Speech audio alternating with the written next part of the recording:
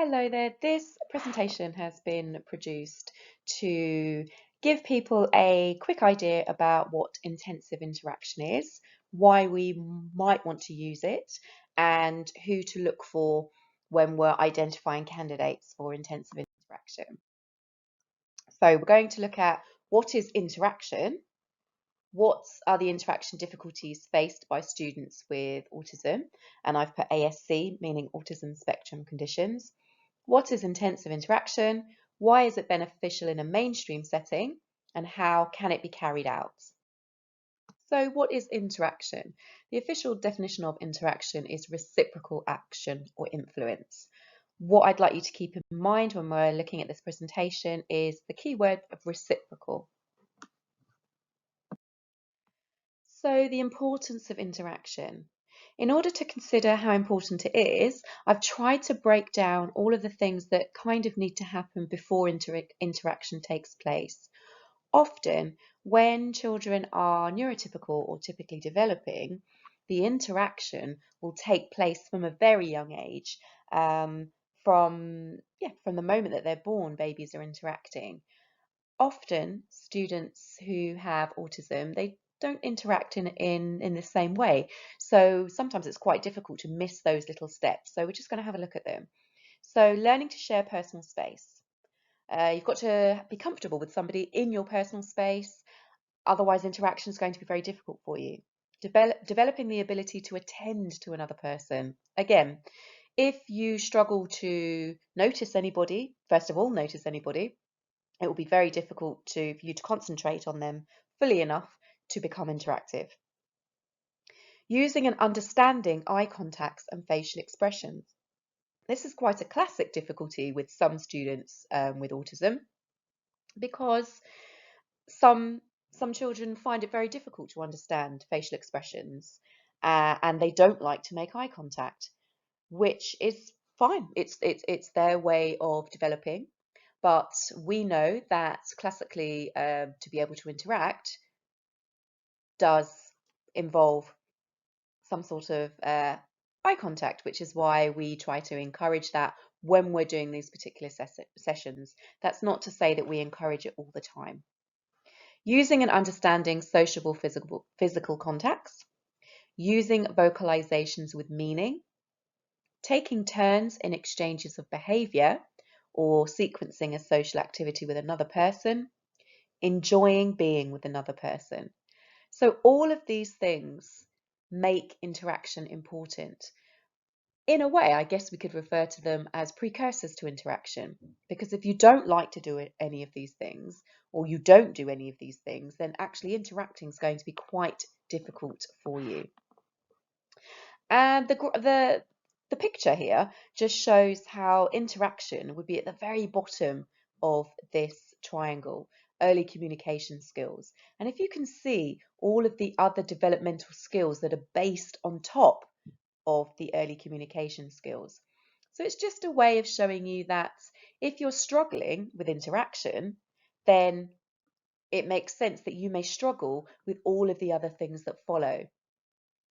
However, we do have students who struggle with interaction, but may be very good at some of the other things at the top of the triangle. So their speech sounds might be brilliant. They may have quite an advanced vocabulary, but they struggle with the early communication skills and the attention and listening. So that just lets you know that there may be some gaps in their development, which is also useful to understand them.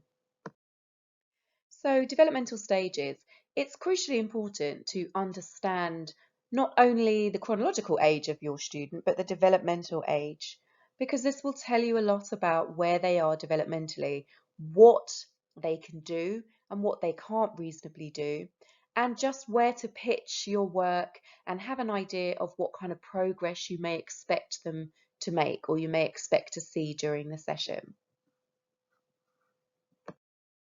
So if you consider a typically developing child, between 0 to 4 months, babies will begin to make eye contact and look at you. They will start to turn towards noises and voices. They may quieten when they hear you coming. You will start to get smiles in response to your smiling and chatting.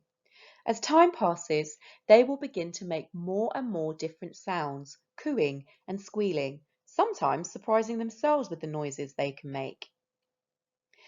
Now, some of you may be considering an autistic student that you know, and thinking, okay, well, the student I know doesn't make eye contact and look at me. They don't turn towards noises and voices, and they certainly don't quieten when they hear me coming. So that's just useful for you to have in your mind that although you may be dealing with a 10-year-old child, developmentally, they have quite a spiky profile because they're not developed typically in those early stages. So they're not looking at you and they're not responding to you. That's why interaction needs to be intensive to ensure that we can overcome some of those barriers. So just a bit on the link between autism and interaction. So the word autism has its origin in the Greek word autos, which means self. Children with autism can be self-absorbed and can seem to exist in a private world in which they have limited ability to successfully communicate and interact with others. Children with autism may have difficulty developing language skills and understanding what others say to them.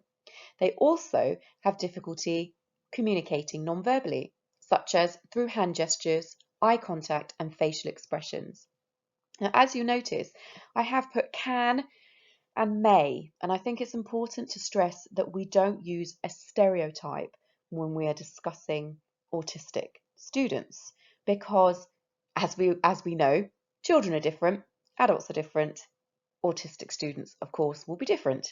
So don't rule out a student because they seem overly interested in others, or they seem that they're very socially aware, because some of this may be learnt behavior, some of this may be an attempt to fit in or mask. So I always think it's important to stress that there's not one model for all of the students that you may be working with. So the ability of children with autism to communicate and use language depends on their intellectual and social development.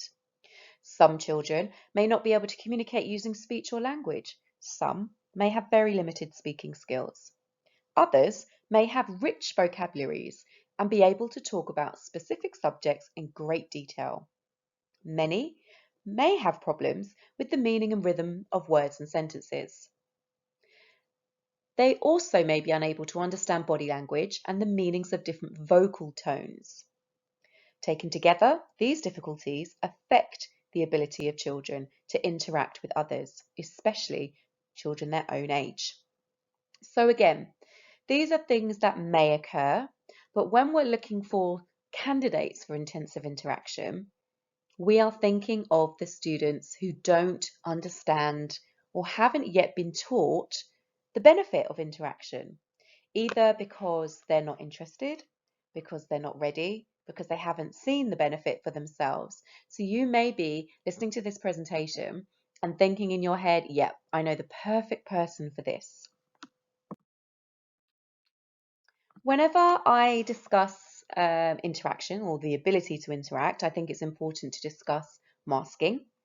So a child can mask to cover up what they don't know. For example, they may not understand words, but mask by copying what others do around them. They may not understand emotions, but they learn to respond in a way they see others respond. They may not process auditory information, but mask by using visuals and other resources. They may not understand the concept of change, but mask by learning a school routine. Masked interactions can fool us all, me included, and even more so when you have a class of 30 students. When you have a class of 30 students, it's hard to see what individual students may or may not be understanding, because teaching and your classroom, because you're good at it, will have all of those extra cues that they need. And you don't even know how much they're relying on those extra cues.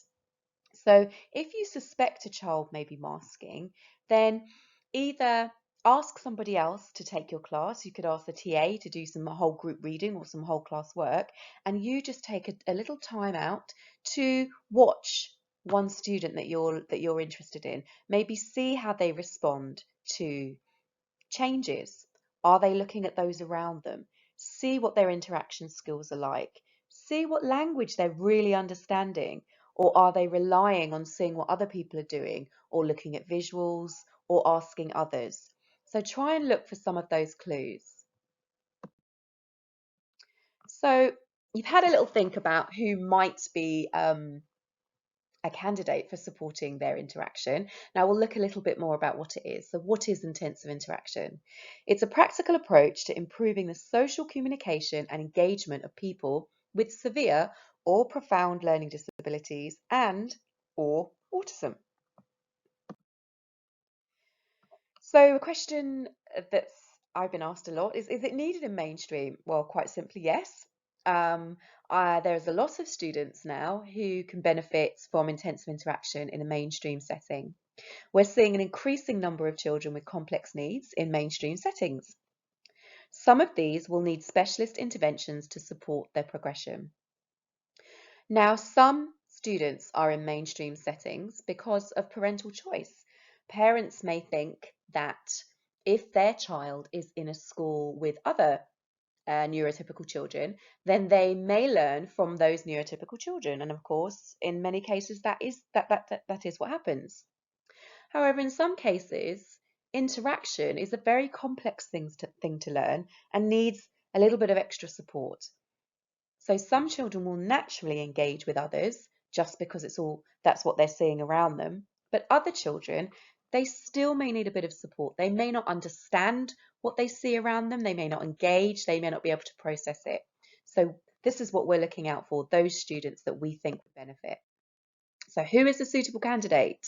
A child who doesn't approach others to communicate, seems unaware of the benefit of communication, may not be verbal, does not give eye contact, does not seem interested in those around them. So take some time to look at this intensive interaction example video. And if you want to, you can make some notes about things that you thought were interesting or maybe relevant to your own practice. Okay, so just to recap, we want to promote an awareness of others. We want students to understand that communication is useful. They can benefit from it. But we also want students to understand that communication is fun. One of the best things about doing intensive interaction is when you can see that that other student, there's like a light bulb moment and they realize this is fun. I'm gaining something from this. This is interesting. This is fun. Because before, they may not have realized that. So you are doing that job for them. You are helping them to realize the benefit of communication.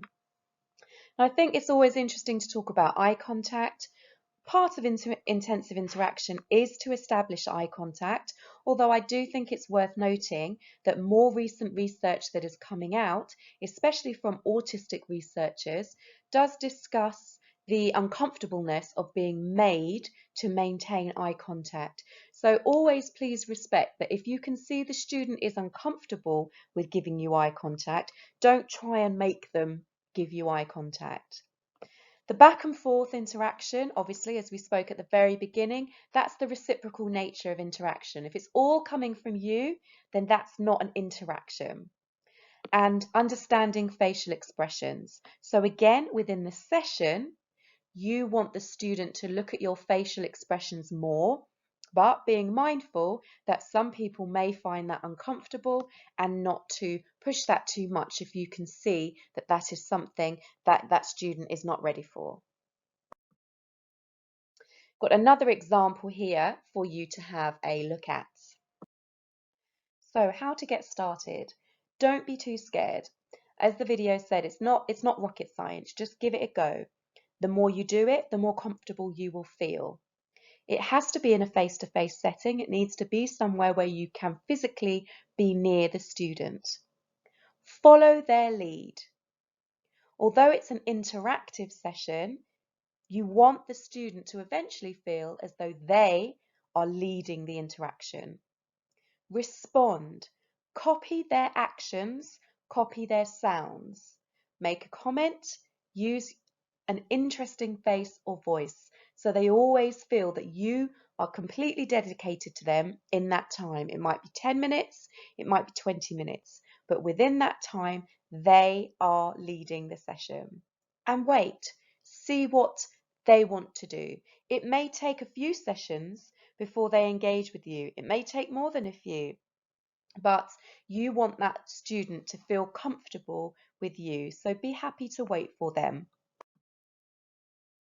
Get the family involved. Now, this might be something that you decide to do after you have developed a few successful sessions, because that way you will be able to tell the family a bit more about what motivates the student during this intensive interaction session. Obviously, the family will know what motivates them outside of the sessions, but you're going to be the expert about the intensive interaction sessions because you will have been leading them.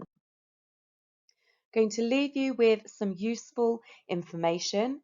There is an intensive interaction society and community where you can find out more information, or as always, CETs and CETs members of staff will be available to talk to you more about this. Thank you.